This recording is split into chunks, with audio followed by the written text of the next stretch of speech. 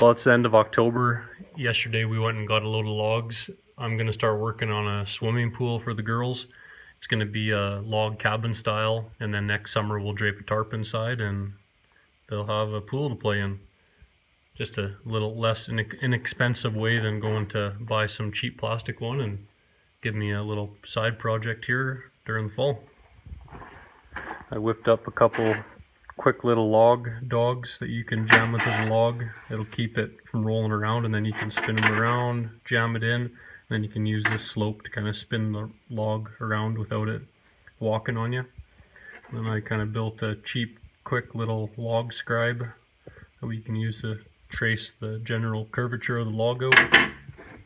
Nothing fancy, but it'll work for what I need it for right now. I'll go and start working on it and see how we make out. It's going all right. It's a little bit tough without the proper tools. You know, you get them really abrasive grinding discs and you're able to really smooth out the contour of the saddle. I'm trying just a traditional saddle notch, or a Scandinavian notch, or I don't know what the proper term is for it.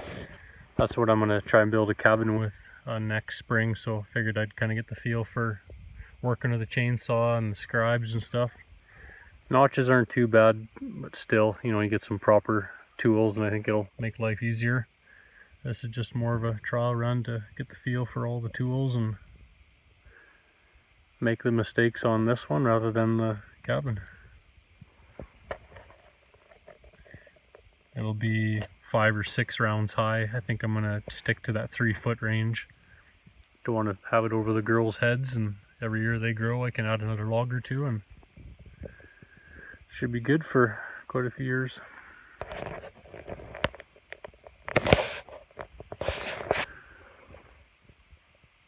Cellar's working out pretty good. I'll do a update and see what the humidity is and the temperature, and so far so good though.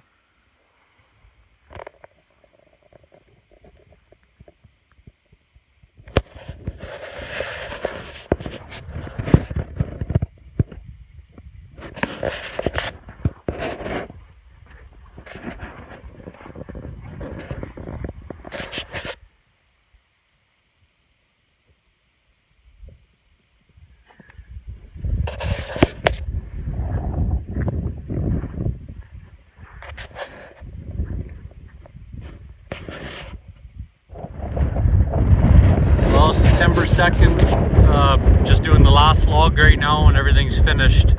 The water will be filled up to about this log. That's about the youngest daughter's chin level, so that'll be the depth of the pool. It's coming along good. I kind of regret I should have just did this thing a couple feet bigger all the way around. I would have had a halfway start to a cabin. I want to do a cabin next year, and we got pretty much half it done already.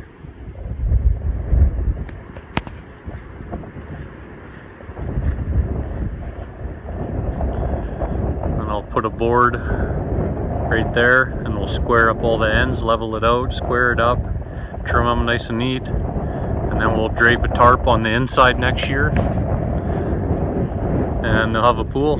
I'll have to put a little set of steps up and down so they can get in and out, and I'm sure they'll have fun.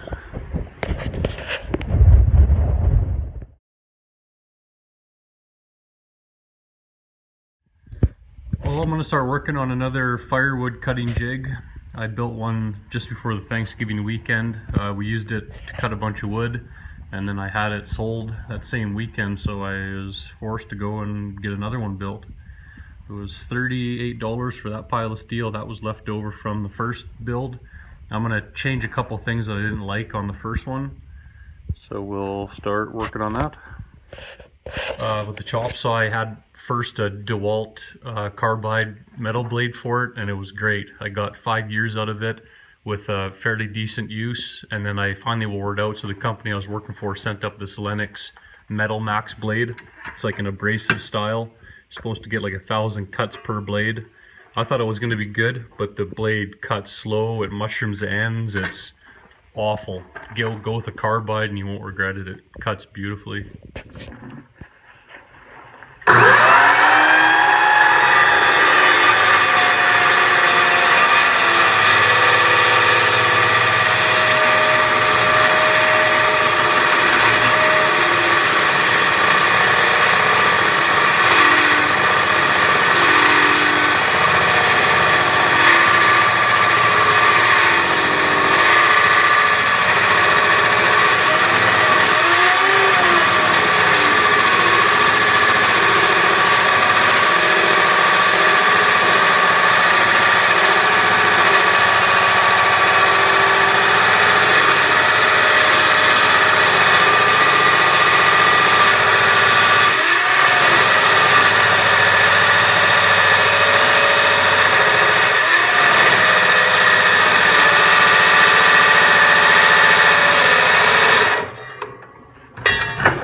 breaker. See, there's a crappy cut. Metal's all mushroomed out. It's really disc-shaped. Awful. Blades are junk. Most of the pieces are cut out. I went 3/16 thickness on all the steel. This piece here is cut at 21 inches. This one here is cut at 8 inches, and that'll give me a 6-inch rise because I'm going to come out for the receiver and step up a bit. And then I have this piece left over from the last one that I built. I'm going to go and measure to see how far I got to build that one, because I'm going to put it on the back of my side-by-side, so I got to have it, make sure I clear the bumper before I do the rise. And then here's the front V that'll do the teeth right here. I'll mark it out. I cut these at 14 inches long. These here for the main piece where the log sits in that has all the small jagged teeth. These are cut at 22 inches. And then I just got this leftover piece that I'll put on the end right here just to keep things a little bit more stable. So yeah, 2-inch flat bar, 3/16, and 2-inch HSS, 3/16 thick.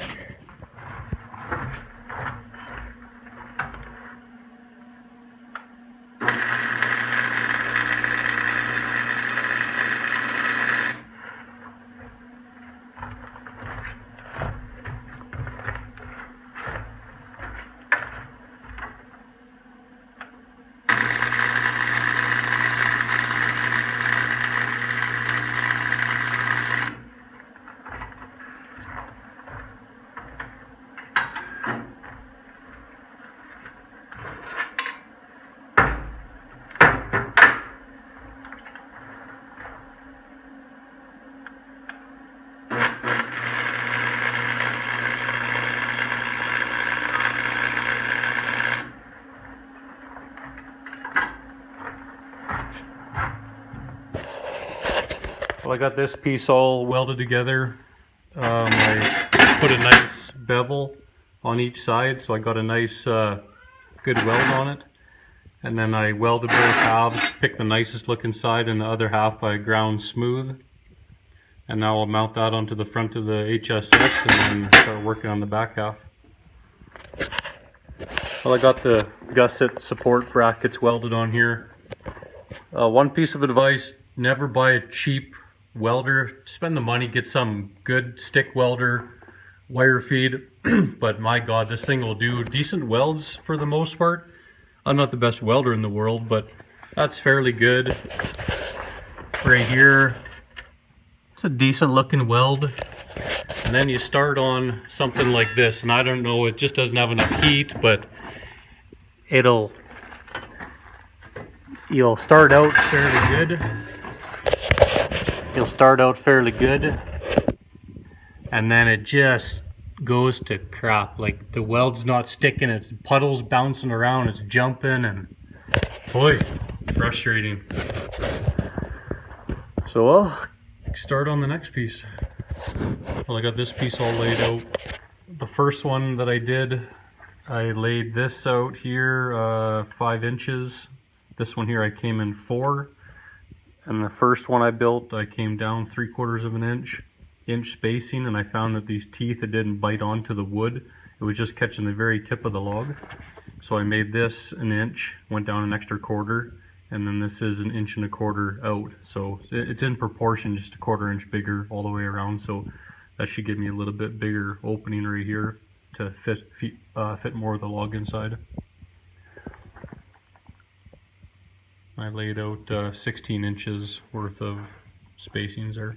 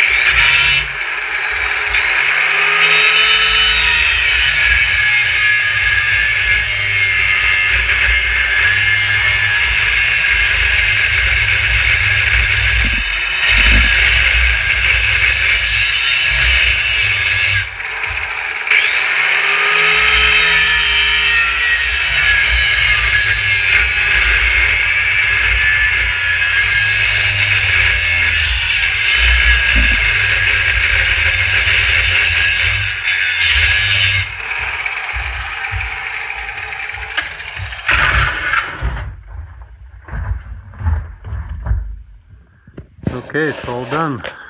Just gave it a splash of paint here, so let her dry for a bit, and then I'll throw it on the bike and throw a log in it and see how well the new modified teeth work.